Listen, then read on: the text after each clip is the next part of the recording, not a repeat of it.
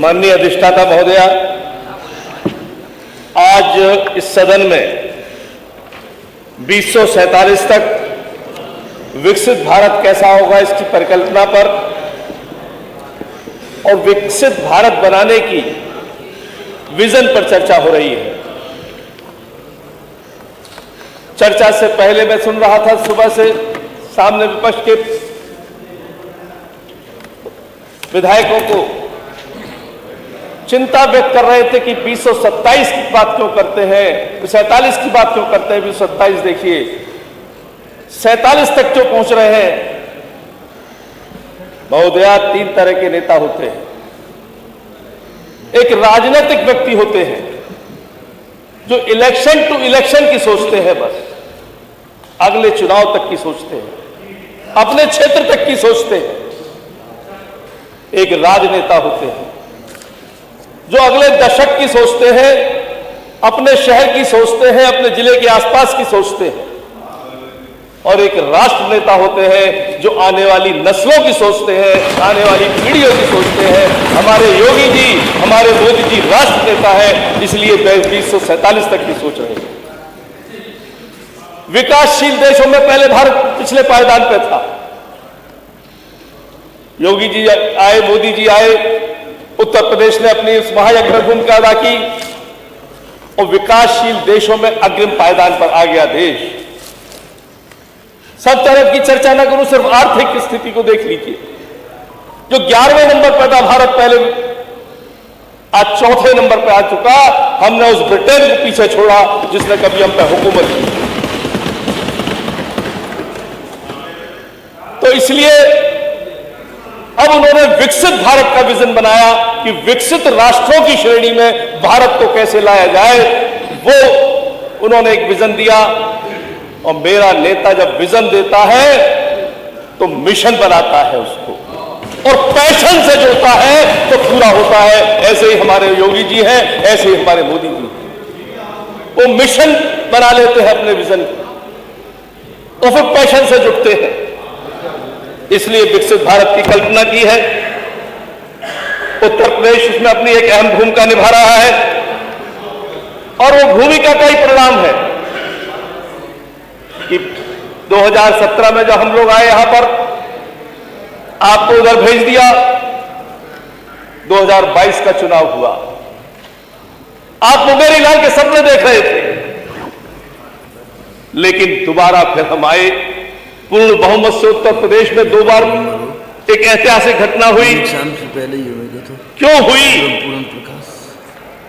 क्योंकि योगी जी का नेतृत्व, उनका कृतित्व, उन्होंने अपना जीवन होम किया है इस जनता के लिए, इस प्रदेश के लिए त्याग, बलिदान और संघर्ष किया है, उसका परिणाम हुआ है। खुद को जलाकर हमने रोशनी की है। ये योगी जी के लिए है कि खुद को जलाकर हमने रोशनी की है, जुगनू पकड़कर हमने उजाला नहीं किया। हमने योगी जी को जो नेतृत्व मिला दोबारा, ये इसीलिए मिला क्योंकि तन समर्पित, मन समर्पित और ये जीवन समर्पित, चाहता हूं मातृभू मैं तुझे कुछ और भी दूं, उसका परिणाम हुआ कि हम लोग आए। मुझे उस शिक्षा का दायित्व दिया है माननीय मुख्यमंत्री जी ने, तो मैं उस शिक्षा के संदर्भ में बात करूंगा कि किस तरीके से विकसित भारत की ओर उच्च शिक्षा जा रही है इस प्रदेश की, किस तरह उस शिक्षा को नए नए सोपान, नए नए आयाम मिल रहे हैं। एक समय वो था जब इस देश के राजनीतिक दल, सामने बैठे हुए लोग युवा वर्ग को गुमराह करते थे कि तुम हमें सत्ता दो, हम तुम्हें नकल करने का अधिकार दे देंगे। ये देखा है इस प्रदेश ने, यह देखा इस प्रदेश ने। और आज उस समय शिक्षा का बंटवारा किया आपने, अब पढ़ने और पढ़ाने का वातावरण बन रहा है। शिक्षक पढ़ा रहे हैं, छात्र पढ़ रहा है। राष्ट्रीय, और यही कारण है कि कानून व्यवस्था सुधरी है, शिक्षा का वातावरण सुधरा है, इसलिए राष्ट्रीय और अंतर्राष्ट्रीय ख्याति प्राप्त विश्वविद्यालय उत्तर प्रदेश में आ रहे हैं। चंडीगढ़ और जेएस जैसे विश्वविद्यालय, उन्नाव में आपके पड़ोस में लखनऊ के, जो विश्व में 23वें नंबर पर है, उसका आगमन हुआ है, वो खुला है, और कुछ ही चंद महीनों में 3000 छात्रों ने वहां प्रवेश किया है। उस शिक्षा का प्रसार हो रहा है योगी जी के नेतृत्व में, और उस शिक्षा का विस्तार हो रहा है, गुणवत्ता में सुधार हो रहा है, महत्ता में निखार हो रहा है। यह है योगी जी के राज में और हमारे विकसित भारत में ले जाने का विजन। विस्तार और प्रसार के विषय पर मैं चर्चा करूं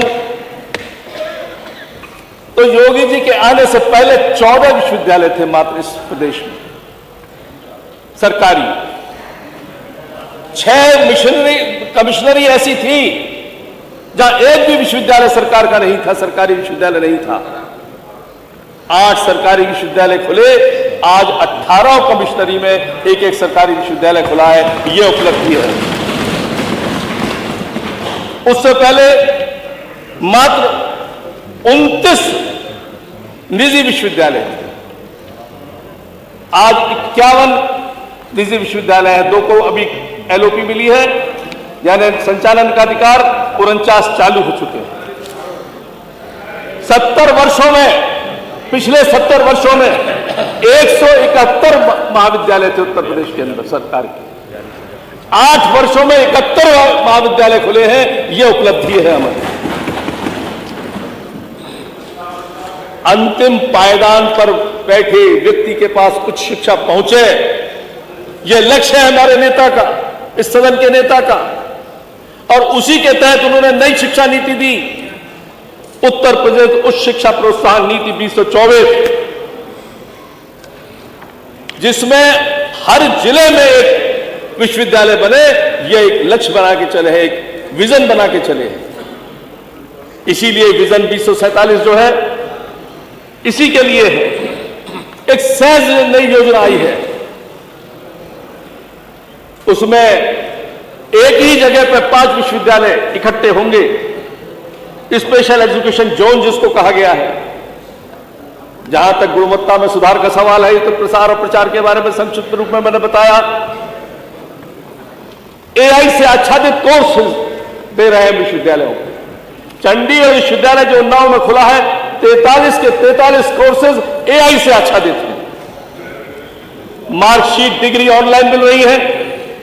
स्मार्ट क्लासेस प्रारंभ हो चुके हैं। स्मार्ट लैब्स, लर्निंग पार्क, शोधपीठों की स्थापना, rooftop solar wifi system, 70 lakh से अधिक टैबलेट और स्मार्टफोन का वितरण, centre of excellence, digital library. और पहली बार उत्तर प्रदेश को पीएम ऊषा में 965 करोड़ विश्वविद्यालय को इंफ्रास्ट्रक्चर विकास के लिए और उनकी उन्नति के लिए मिले हैं। यह उपलब्धि है। मान्यवर, इससे पहले योगी जी की सरकार से पहले उत्तर प्रदेश में एक भी विश्वविद्यालय रैंकिंग में नहीं था। नेट रैंकिंग की A+ डबल प्लस में बताऊं आपको, 6 विश्वविद्यालय हैं। इससे पहले एक भी नहीं था। A+ के 2 सरकारी विश्वविद्यालय हैं, इससे पहले एक भी नहीं था। 7 निजी विश्वविद्यालय A+ रैंकिंग में है। ए रैंकिंग में, ए ग्रेडिंग में 1 विश्वविद्यालय गवर्नमेंट का और 4 निजी विश्वविद्यालय। बी ग्रेड को तो मैं गिनता ही नहीं हूं, जरा कितने हैं। लेकिन इससे पूर्व 2017 से पूर्व एक भी विश्वविद्यालय नैक रैंकिंग पे कहीं नहीं था। एनआईआरएफ रैंकिंग, एनआईआरएफ में उत्तर प्रदेश के 7 संस्थान आ चुके हैं। पहली बार यह उत्तर प्रदेश में हुआ है कि उत्तर प्रदेश के 7 संस्थान एनआईआरएफ में हैं। इससे पूर्व देश का एक भी विश्वविद्यालय प्रदेश का पहले 500 की श्रेणी में नहीं था देश की। आज उत्तर प्रदेश के 3 विश्वविद्यालय उत्तर प्रदेश के, हाँ सुनोगे क्यों, उपलब्धियां आ रही है ना, बोल नहीं पाओगे। 3 उपलब्धियां, 3 विश्वविद्यालय 3 रैंकिंग में है, वो 100 की रैंकिंग में। विदेशी छात्र आ रहे हैं, ज्यादा दूर मत जाइए, लखनऊ यूनिवर्सिटी चले जाइएगा। उत्तर प्रदेश में इससे पहले योगी जी की सरकार से पहले 70-80 छात्र पढ़ने आते थे, आज 1000 छात्र पहुंच चुके हैं। उत्तर प्रदेश उच्च शिक्षा का हब बन रहा है। पहले उत्तर प्रदेश के छात्र विदेशों में जाते थे, अन्य प्रदेशों में जाते थे, आज अन्य प्रदेशों और विदेशों के छात्र। माननीय मंत्री जी, यह है विदेशियों के साथ, विदेशियों के जो अच्छे इसको माननीय मंत्री जी, फैकल्टीज हैं उनको उत्तर प्रदेश में लाया जा रहा है। MOU हो रहा है, 1 मिनट में समाप्त कर योजना दीजिए। है। अभी तो मैं उपलब्धियां बता रहा हूं, अपना विजन और जो है हमारे आपके सारे साथी बताएंगे, आपके और साथी भी बताएंगे। ये उत्तर प्रदेश का उपलब्धियां हैं। NEP 2020, NEP के मूल में यदि जाए, शिक्षा को संस्कार से जोड़ना, शिक्षा को रोजगार से जोड़ना, शिक्षा को तकनीक से जोड़ना, ये न्यूक्लियस है NEP का। ये 3 सेंटेंस न्यूक्लियस है। इनकी परिधि में, इनके सरकमफ्रेंस में यहाँ के पाठ्यक्रम बनते हैं, कार्यक्रम बनते हैं। माननीय मंत्री जी, भारतीय ज्ञान परंपरा के हेतु नए सोपान रचे हैं। संस्कृत और संस्कृति को प्रोत्साहन में क्रांति दी है। विलुप्त होता ज्ञान पुनर्जीवित हो रहा है। कर्मकांड, ज्योतिष, वास्तुशास्त्र, खगोल, कौशल व कला को, माननीय मंत्री जी, पांडित्य में बहुत बहुत धन्यवाद। अब दे दीजिए, आपने बहुत अच्छा लिखा है। अब आपका आदेश हुआ पीठ का, नहीं ये बस नियम में सभी के लिए जैसा 10 मिनट का समय था। सिर्फ एजुकेशन में माननीय योगी जी के राज्य में कितना विकास हुआ है, अभी 24 घंटे कम पड़ेंगे। वो आपने जो लिखा है ना, वो यहाँ और अभी तो आगे जो योजना है वह भी है, हम लिखित में आपको दे देंगे। बहुत बहुत धन्यवाद।